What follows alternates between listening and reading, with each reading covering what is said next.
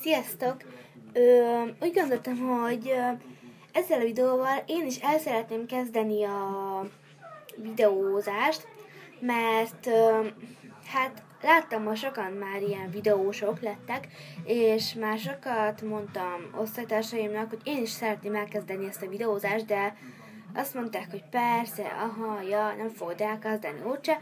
Én meg hát mondtam, hogy el fogom kezdeni, meg már sokat beszéltem róla. Eddig nem sikerült egy csatornát létrehoznom, de most úgy döntöttem, hogy komolyan be akarok, nem tudom, hogy meg akarom csinálni ezt a videót, szóval nagyon szeretném. Szóval ezzel a videóval igazából csak arra szeretnélek titeket kérni, hogy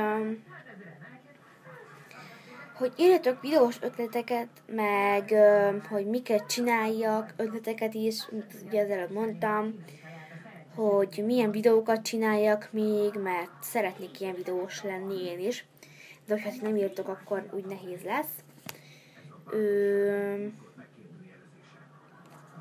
Hát csak ennyire szeretnélek volna titeket kérni, hogy írjatok nekem kommentbe ilyen ötleteket, hogy milyen videókat csináljak még, mert szeretem ezt a videózást.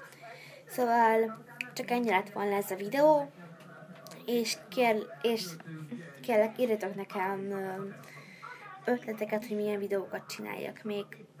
Sziasztok!